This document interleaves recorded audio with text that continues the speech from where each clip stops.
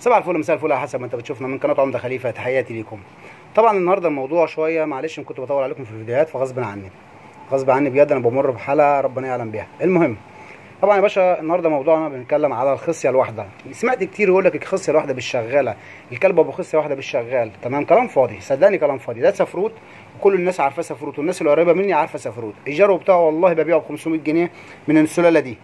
يعني كل السوق كله بيبيع فمن زي السلاله دي بارخص، انا ببيع اغلى. عارف ليه اغلى؟ لان الذكر ده ربنا يعرف بعياله، عياله بيطلعوا ما لهمش حل. دي حقيقه. هاي تاني بص كده، اسف يعني على المنظر. دي خصيه واحده اهي. ثواني كده سفروت على كده، طيب عشان نشوف بس الفيديو معلش. اهي شايفينها خصيه واحده مفيش غيرها اهي. خصيه واحده اهي مفيش غيرها، بخصيه واحده. خصيه واحده اهي شغاله. عارف يعني ايه شغاله؟